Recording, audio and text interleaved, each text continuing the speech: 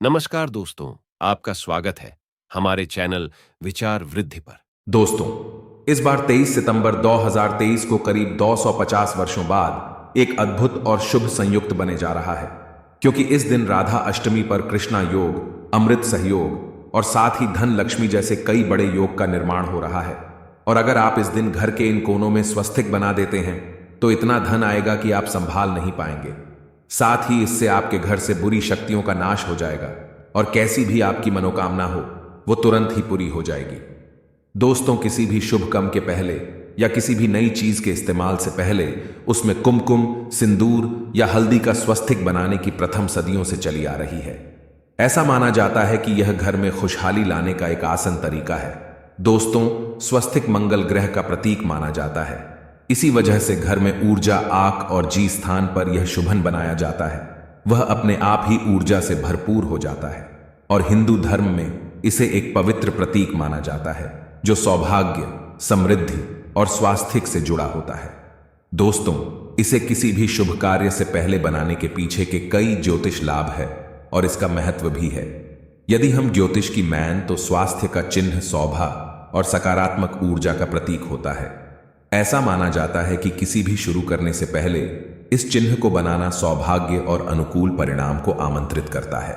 दोस्तों, घर का जो मुख्य द्वार होता है वह शास्त्रों में इतना ज्यादा महत्वपूर्ण और खास बताया गया है कि वह से केवल सकारात्मक और नकारात्मक ऊर्जा घर में प्रवेश कर सकती हैं। वैसे काफी लोग इस बड़े में नहीं जानते हैं कि जितनी भी नकारात्मक ऊर्जाएं होती हैं या फिर सकारात्मक ऊर्जा एवं कुलदेवी कुलदता हो, पितृ हो, जितनी भी चीज होती हैं, जितनी भी अदृश्य शक्तियां होती हैं, वह केवल घर के मुख्य दरवाजे से ही घर में प्रवेश कर सकती हैं।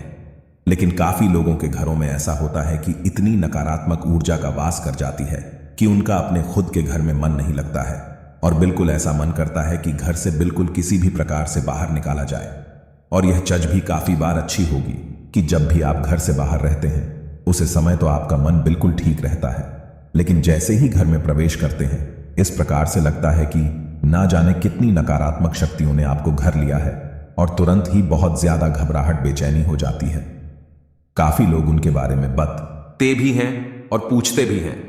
तो दोस्तों, आपको बता दें कि जब भी इस प्रकार होता है कि घर में नकारात्मक ऊर्जा वास करें तो आप समझ जाइए कि उन दिनों में फिर कोई भी कार्य आपका बनने वाला बिल्कुल भी नहीं है। जितने भी आप कार्य करेंगे उन सभी कार्यों में बिल्कुल ही निराशा हाथ लगे वाली है, क्योंकि जितनी भी शुभ लाभ, सुख, समृद्धि, धन की चीज होती है वह वहीं पर आकर्षित होती है जहां पर सुख वास करता है। यानी कि सकारात्मक ऊर्जा जहां पर वास करती है केवल वह पर सुख बरसता है, नहीं तो नकारात्मक ऊर्जा आकर्षित कर। तो दोस्तों, आज की इस वीडियो में हम आपको बताएंगे कि राधा अष्टमी के दिन घर में इस जगह स्वास्तिक बना देते हैं तो कृष्णा भगवान और राधा रानी बहुत ही शीघ्र प्रश्न होकर आपकी सभी मनोकामना पूर्ण कर देते हैं। तो जानेंगे स्वास्थ्य से जुड़ा वह कौन सा उपाय है और कौन सी पूजा विधि है जिससे कृष्णा भगवान और राधा रानी इस राधा अष्टमी पर आपकी सभी मनोकामनाएं पूर्ण कर देंगे। और दोस्तों, यदि आप भी अपने जीवन में कृष्णा भगवान और राधा रानी की कृपापन चाहते हैं तो इस वीडियो को लाइक करके कमेंट में जय श्री कृष्णा राधे राधे लिखना ना भूलें।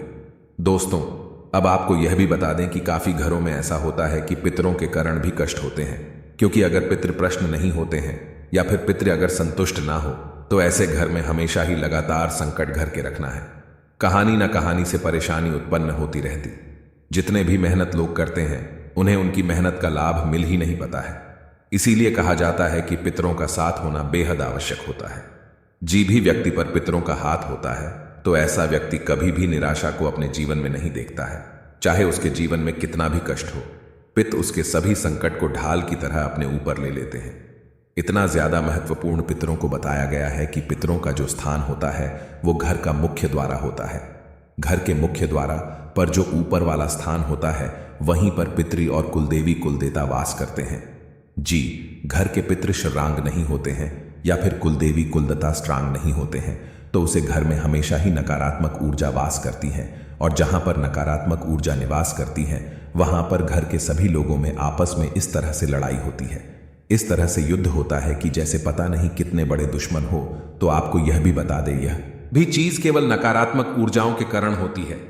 अगर घर में सकारात्मक ऊर्जा हो तो वहां के सभी लोग समझदार हो जाते हैं, शांत हो जाते हैं, संतुष्ट हो जाते हैं। लेकिन अगर नकारात्मक ऊर्जा किसी घर में वास करती हो तो वहां पर बीमारी होना, हमेशा ही तनाव बना रहना, चिंता बनी समस्याएं होना, कर्ज बाढ़ जाना, शत्रु का घर लेना, इस प्रकार की सभी नकारात्मक ऊर्जा वहां होने ग जाती है। तो सबसे यह समझे कि आपके घर का जो मुख्य दरवाजा है, जो घर का मुख्य द्वारा है, उसे पर हमेशा ही हर महीने एक स्वास्तिक बनाना है और उसे हर महीने चार्ज भी करना है।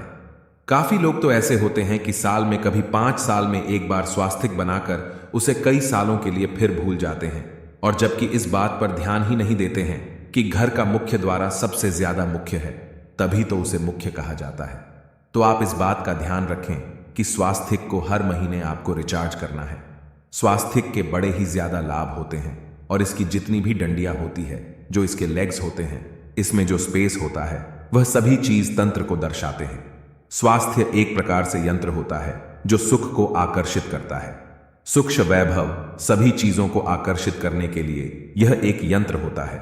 इस बात का ध्यान रखा कि अगर आपके घर में धन की समस्याएं हैं तो केवल हल्दी से ही स्वस्तिक को बनाना है, और अगर आपके घर में बच्चे आपका कहना नहीं मानते हैं, धन की समस्याएं भी होती रहती हैं, तब आपको अष्टगंध का इस्तेमाल करना है, या सिंदूर में चंदन मिलाकर भी स्वास्तिक घर के मुख्य द्वार पर बनाया जा सकता है। इससे बहुत ही ज्यादा लाभ मिलते हैं कि सिंदूर में आपको चंदन मिलकर ही स्वास्थ्यायिक को बनाना है। इससे पितृ प्रश्न होते हैं, कुलदेवी देव साथ बना राहत है, और उसे घर में नकारात्मक ऊर्जाएं बिल्कुल भी प्रवेश नहीं कर पाती हैं। जिस घर में हर महीने स्वास्तिक चार्ज भी होता, राहत है, तो वहां पर नकारात्मक ऊर्जा प्रवेश नहीं करती है। अब दूसरी चीज आपको यह ध्यान रखती है कि घर का जो मुखिया है और घर के मुखिया की जो डेट ऑफ बर्थ है, इसका भाग द्वारा पर अंदर की ओर लिख लेना है, और जब भी आप घर से बाहर निकलते हैं या फिर बाहर से घर में आते हैं, तो बस उसे अंक को रोजाना आप चुन शुरू करें। बस इतना करने मंत्र से ही कुछ अंक से लाभ इतने ज्यादा जीवन में बाढ़ जाते हैं कि जैसे अगर आपके जीवन में धन की समस्याएं, कर्ज की समस्याएं या फिर शत्रुओं ने पको घर के रखा है, तो अपने भाग्य अंक को रोज चुने।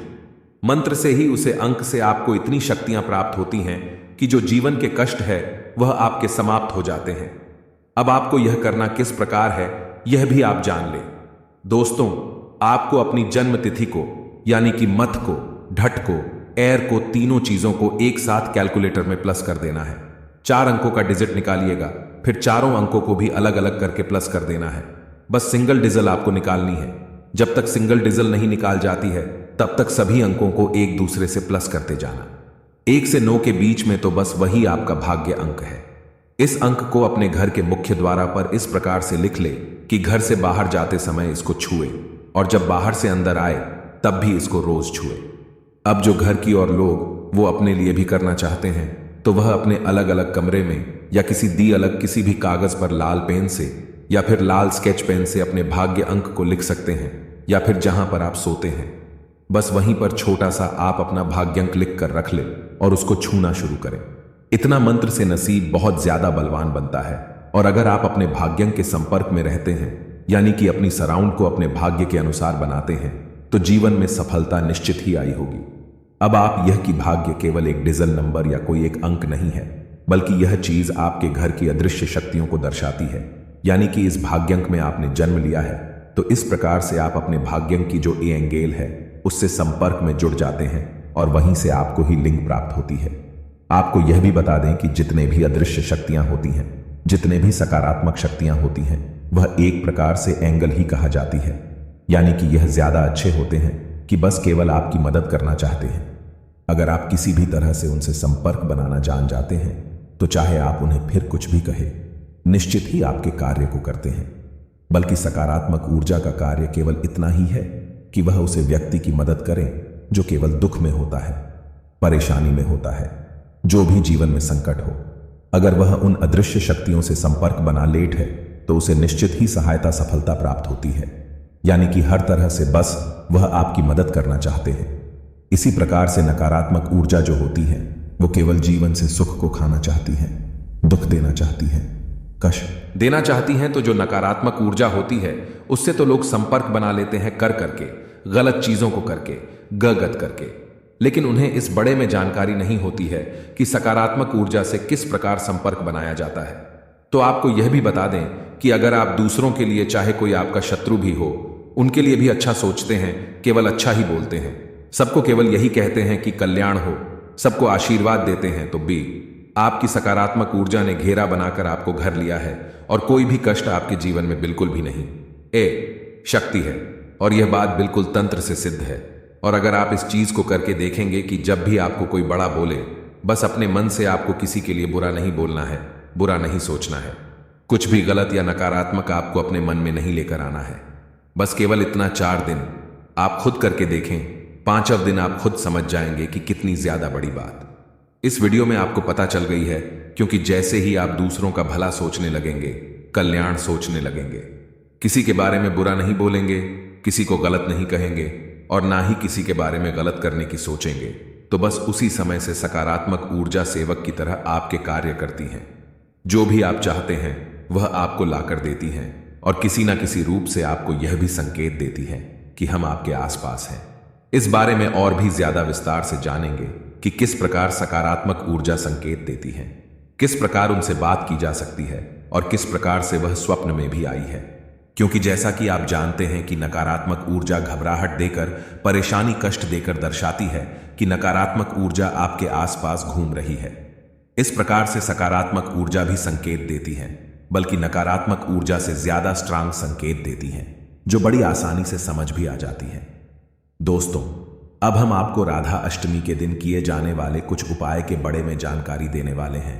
अगर आप यह उपाय राधा अष्टमी के दिन करते हैं तो इससे आपके जीवन में सुख समृद्धि बनी रहेगी। अगर आप राधाष्टमी के दिन अपने घर के पूजा स्थल पर राधा कृष्णा जी की मूर्ति का श्रृंगार करके भजन कीर्तन करते हैं तो इससे आपको सुख की प्रताप होती है। ऐसा बताया जाता कि इस दिन समूह में संकीर्तन करने से व्यक्ति की सभी मनोकामनाएं पूरी हो शक्ति है।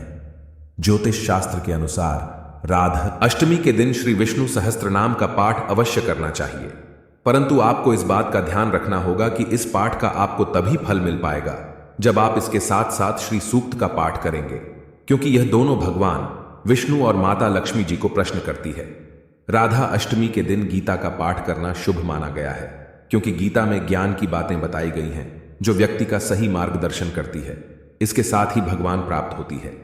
इसके अलावा अगर आप इस दिन श्रीमद् भागवत का कुछ श्रवण या वचन कर ले तो यह बेहतर माना गया है। अगर आप रा कार्य करते हैं तो इसको बहुत महत्व दिया गया है। अपनी क्षमता के अनुसार दान पुण्य कर सकते हैं या भंडारा भी करवा सकते हैं। अगर आप इस उपाय को करते हैं तो इससे आपके कई जन्मों के पाप नष्ट होते हैं और आपको पुण्य की प्राप्ति होती है।